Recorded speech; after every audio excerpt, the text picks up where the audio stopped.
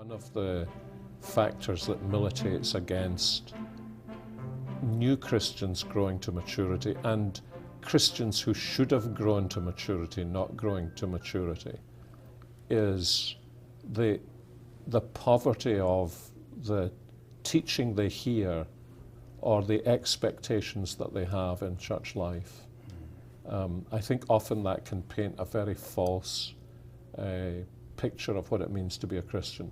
And actually since the book was originally written, we're kind of become awash, not only in the Western world, but also in many countries in Africa and elsewhere, with the prosperity gospel.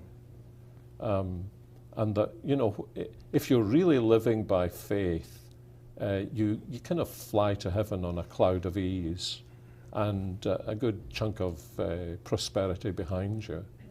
And the teaching really verges, I mean, it's not only unbiblical, but it's so destructive to people. I mean, I often think, so what would that seem like to those Christians in China today, even as we speak, whose churches are being despoiled, whose Christian libraries taken away, whose lives are being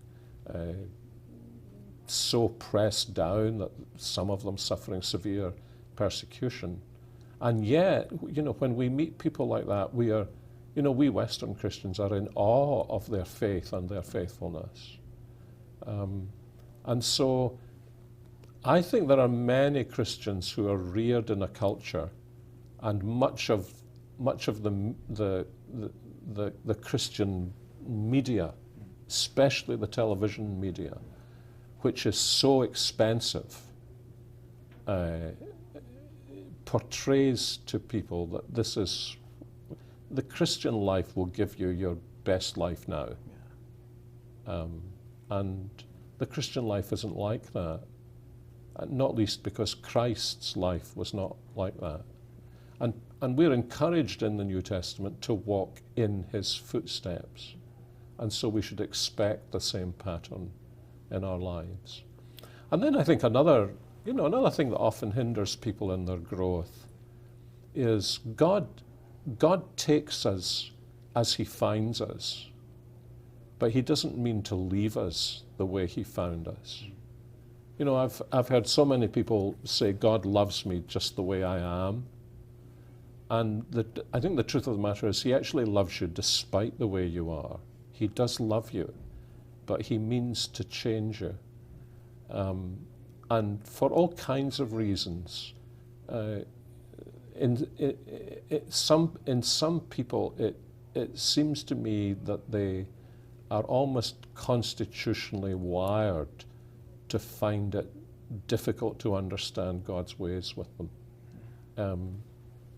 You know, I became a Christian in a Presbyterian background. I've known the Westminster Confession of Faith, you know, since I was a teenager.